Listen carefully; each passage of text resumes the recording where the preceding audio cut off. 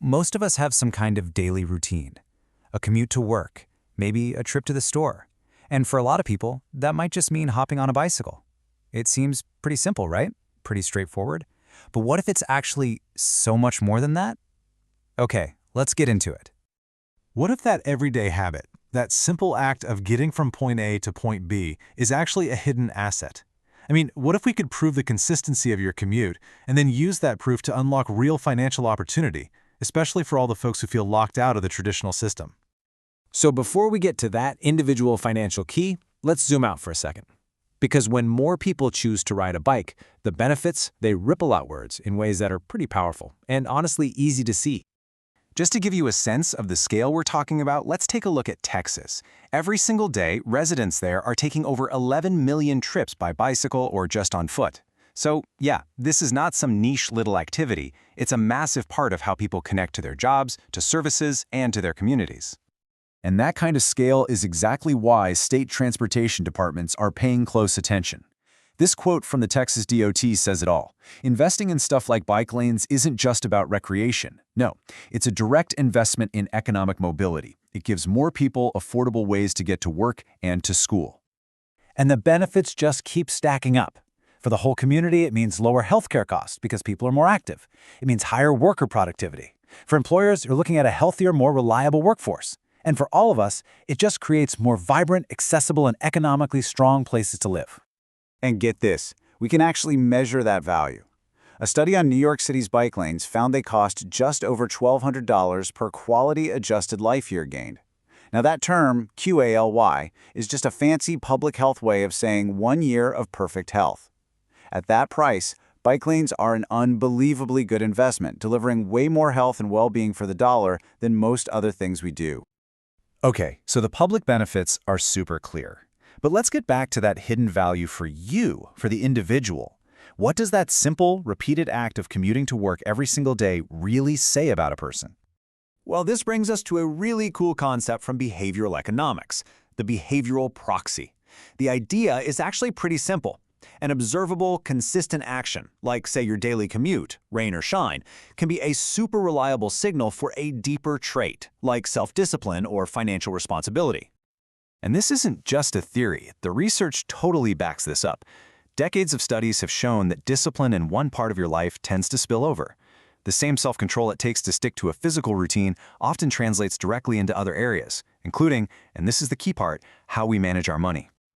This slide just lays it out perfectly. A traditional FICO score is all about looking in the rearview mirror. If you're what we call credit challenged or you're just starting out, it doesn't see much and that can lock you out. But a behavioral view, well, that's forward-looking.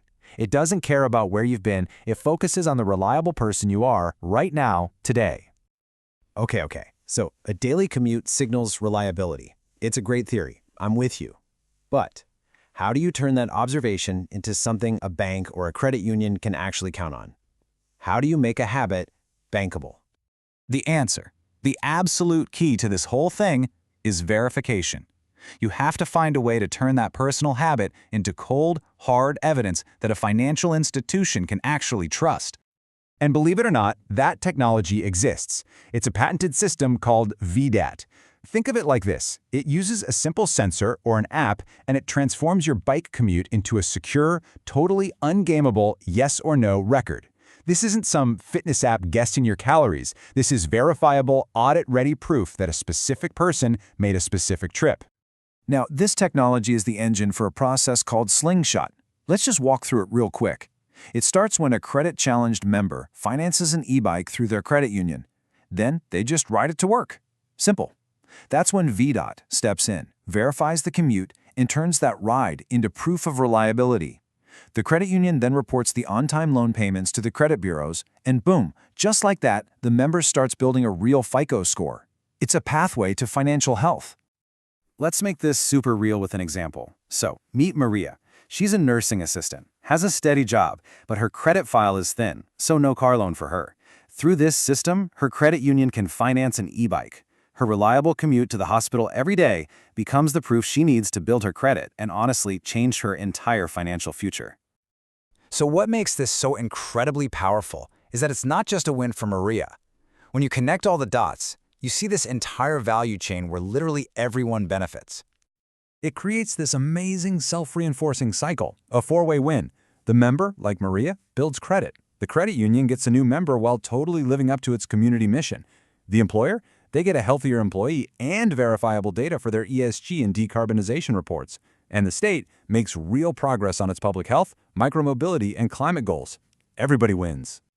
And hey, that value for employers? We are not talking about small change here.